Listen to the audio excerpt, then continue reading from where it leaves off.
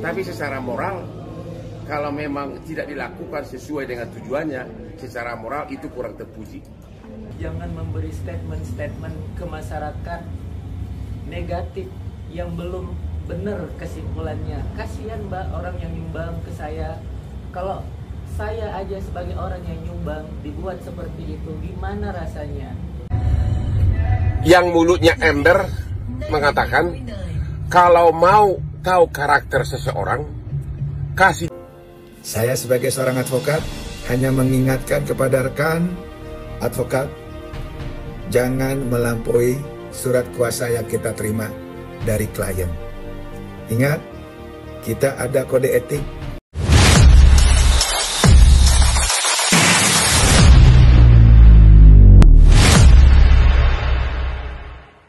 Gini, saya tidak ada kaitan apapun dalam kasus. Siapa nama cowok itu? Agus sama siapa? Novi ya? Iya. Tapi kalau saya pelajari kasusnya, kalau saya hanya melihat dari aspek hukum. Secara hukum, uang itu sudah milik dari Agus. Secara hukum, uang itu sudah milik dari Agus. Jadi tidak bisa dituntut uang itu dipakai untuk apa. Tapi secara moral, kalau memang tidak dilakukan sesuai dengan tujuannya, secara moral itu kurang terpuji. Tapi secara hukum dia sudah pemilik. Kan ada orang menyumbangkan uang ke dia. Waktu disumbangkan itu hak milik uang itu sudah beralih menjadi milik dia.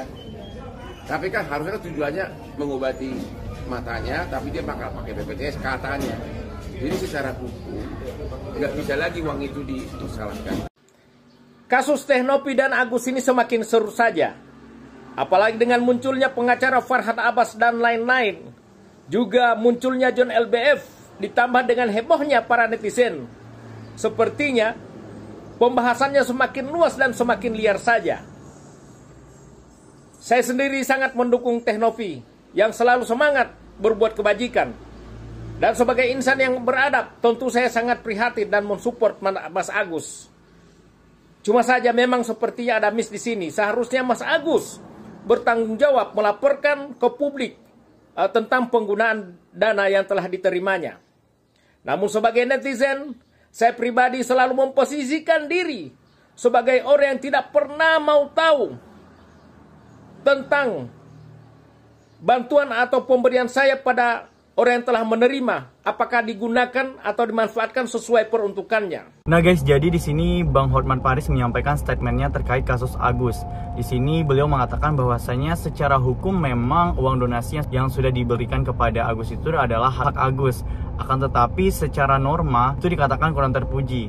Nah, sementara sekarang uangnya sudah dialihkan kepada yayasan. Artinya juga uang itu sudah milik yayasan. Karena Agus sendiri secara sukarela mendatangi bank dan meminta untuk memindahkan uang tersebut dikelola oleh yayasan. Walaupun pada dasarnya yayasan itu ingin mengelola uang tersebut tetap untuk membantu kesembuhan Agus. Tujuannya tak lain hanya ingin memonitoring uang itu agar terpakai sesuai dengan tujuannya. Nah, sebenarnya dari awal juga semua warganet itu mendukung untuk kesembuhan Agus, makanya adanya donasi. Tapi kan kasus ini mulai viral itu setelah uang itu tidak dipergunakan sesuai dengan, yaitu untuk kesembuhan mata. Itulah awal titik permasalahan ini terjadi. Jelas Prof. Agus, karena menurut saya itu Nopi nggak berhak, kecuali misalnya uang itu adalah urusannya Nopi, maka Nopi berhak untuk menarik atau mengaudit gitu loh.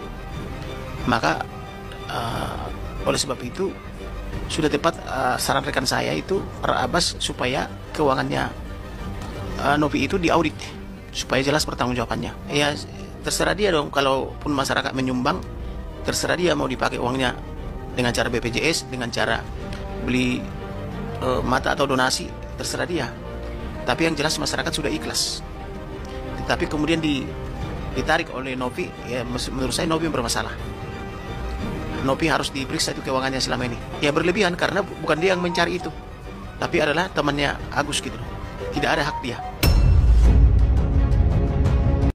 Kalian udah lihat berita ini nggak sih? Belum?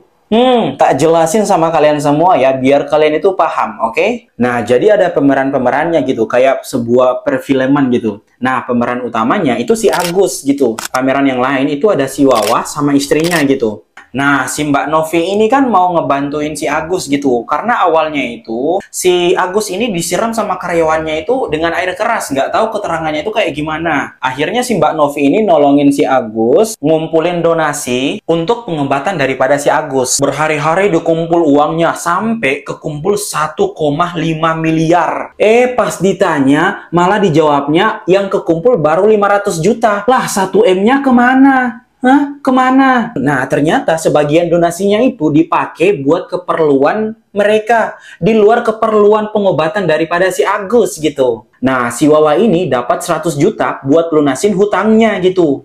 Pas ditanya uangnya kemana, si Wawa jawabnya kayak gini. Demi Allah, demi Rasul, masalah duit itu nggak tahu. Beberapa menit kemudian, si Agus ini bilang kalau yang mana si Agus ini ngasih 98 juta buat si Wawa buat lunasin hutang rumahnya. Karena takut kesita gitu. Kasian gitu sama si Wawanya. Lah, ngapa tadi pakai sumpah atas nama Allah sama Rasulullah? Ya Allah, ya Rob. Terus uangnya kemana? Dibayarnya pakai apa? Pakai daun gitu? Nggak mungkin. Nah, si Mbak Novi ini kan merasa kecewa gitu.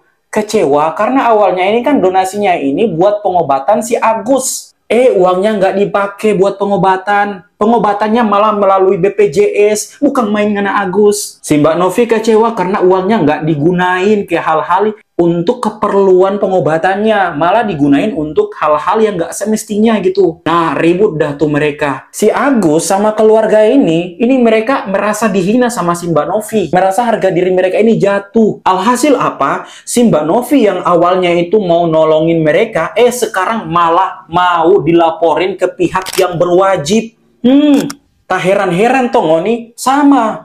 Bukan main ngana Agus. Kalau seandainya saya jadi kamu Agus, tapi saya tidak mau jadi seperti kamu Agus. Ini cuma perumpamaan saja. Kalau seandainya saya jadi kamu Agus, saya tidak mau lagi tinggal di bumi. Karena saya saking malunya saya tidak mau. Saya mau pergi itu kemana? Liang lahat. Saya rasa orang yang basiram pak kamu itu ada alasannya. Kenapa dia sampai basiram pak kamu? Saya pun sekarang suka basiram pak kamu. Biar kamu sadar gitu. Orang udah dibantuin, malah ngelunjak. Ini mah definisi orang yang dikasih susu, malah dibalas air tuba. Bukan main ngana Agus, Ya guys, di sini juga seorang pengacara Bang Kamarudin Simanjuntak ikut menanggapi perihal berita Agus yang saat ini viral dan dibicarakan di sosial media, di mana menurutnya ternyata hampir sama dengan Bang Hotman Paris. Donasi yang diberikan kepada Agus itu adalah hak dan milik Agus sepenuhnya dan terserah mau digunakan buat apapun. Misalkan nih Agus mau berobat pakai BPJS atau menggunakan uang tersebut, terserah dia, katanya seperti itu. Di sini Bang Kamarudin Simanjuntak menyinggung Teh Novi, di mana dia juga mengajak agar yayasan Teh Novi itu diaudit dan diperiksa. Selain itu juga Bang Kamarudin Simanjuntak ini mengatakan bahwasanya donasi itu bukan punya Novi. Jadi Teh Novi ini tidak ada berhak sama sekali untuk mengatur atau mengurus tentang donasi yang sudah diberikan kepada Agus. Oke, kita fokus ke case ini. Sebenarnya saya tidak menginginkan adanya oknum yang memanfaatkan situasi dan kondisi yang menjadi cerita ini menjadi blunder nantinya sampai karena meja hijau sampai ke penyidik dan lain sebagainya. Sebenarnya simpel saja. Agus memulai dan Agus bisa mengakhiri dengan apa? Jikapun ada input dari orang yang notabene memanfaatkan situasi dan kondisi seperti ini, Agus dengan bijaksananya dia bisa mencerna mana baik dan mana benar. Menarik sekali, dari case ini Agus tidak menerimakan hal itu. Jadi dapat income masukan pendapat dari orang, jadi dia mencerna langsung. Begitu, karena kita sayangi juga ya, karena dia tidak bisa memberikan kebenaran dari visualnya, karena itu tadi, karena keterbatasan penglihatan dia. Tapi gampang saja, dia sebagai orang yang dapat berpikir logikal dengan sudah dibantu ya dari beberapa kali case dari pertemuan Teh Novi dan lain sebagainya, menghasilkan uang 1,5 M dan sebagainya, itu dia dapat berpikir secara logikal. Mana bagian benar dia paham. Hanya saja saya melihat adanya support system dari beberapa orang sehingga dia berpikir bahwa oh ya sudah, saya run aja, saya jalan gitu. Hingga akhirnya apabila dia stop, dia akan merasa saya gagal. Begitu case-nya. Kenapa saya berkata kalau dia itu dapat berpikir secara logika mana baik dan benar? Karena sepengetahuan saya, dia itu seorang leader, memiliki beberapa anggota yang di bawah naungan dia memberikan instruksi di pekerjaannya ya. Ya, dia kan punya pengalaman nih, seorang leader, pemimpin di suatu perusahaan F&B ya, restoran. Dia punya anak-anak gitu. Artinya secara instruksi dia memberikan mandat kepada seseorang, berarti dia berpikir. Karena kita tahu dari umurnya, dari pengalamannya, artinya dia dapat berpikir secara logikal gitu. Tidak pernah ada, saya garis bawahi, tidak akan pernah ada kalau dibilang dia tidak dapat berpikir karena dia stres.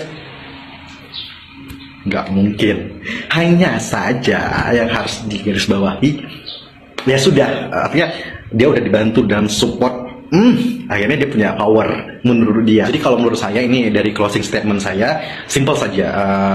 Menurut saya, kalau bahasa Jawanya, longgowo aja Mas Agus mengakui aja. Mengakui bahwa saja terima kasih kepada Tenovi dan orang sekitar telah membantu beliau hingga akhirnya terbantu secara finance ya. Mau digunakan dengan apapun itu terserah, saya tidak bahas gunakan untuk berobat atau untuk finance, untuk membayar utang, tidak sama sekali. Hanya saja semakin membesar cerita ini seperti salju, makin bergulir akan makin besar nantinya. Nanti endingnya tidak akan pernah akan selesai, bahkan yang saya lihat ke depannya nanti akan berbalik lagi ke Mas Agus. Kenapa masyarakat sebagai netizen yang maha benar seperti yang kita ketahui, jangan pernah berhadapan dengan netizen. Itu yang harus diketahui. Semakin dirimu itu menunjukkan kebenaran, maka terlihat sekali kesalahan kamu. Nah guys, selain itu juga ada warganet yang mengomentari bahwasanya manusia bisa menilai sesuatu itu melalui beberapa indera. Nah sementara sekarang Mas Agus sama-sama kita tahu bahwa indera penglihatannya atau secara visual dia tidak bisa melihat apapun lagi. Nah hanya yang digunakan sementara yang digunakan itu adalah indera pendengaran. Nah dari situ ada warganet yang ini berasumsi bahwasanya mungkin saja Mas Agus ini tuh mendapatkan stimulus dari luar sehingga keputusan yang diambilnya itu bertentangan dengan apa yang diinginkan oleh publik, yaitu publik menginginkan uang untuk kesembuhan matanya, biaya dan proses kesembuhan matanya, sementara beliau dan juga pihak keluarganya justru menggunakan itu untuk hal-hal yang di luar pengobatannya. Secara tidak langsung warganet ini mengatakan bahwasanya mungkin ada bisikan-bisikan dari luar kepada Mas Agus sehingga uang tersebut terpakai tidak untuk peruntukannya, seperti itu. Nah guys, jadi itulah beberapa informasi terkait kasus Mas Agus dan juga Tenovi ini. Bagaimana guys kalian menanggapi hal tersebut? Silahkan berikan komentar sebanyak-banyaknya di bawah ini. Kami dari YouTube Biasa TV mengucapkan terima kasih dan sampai jumpa.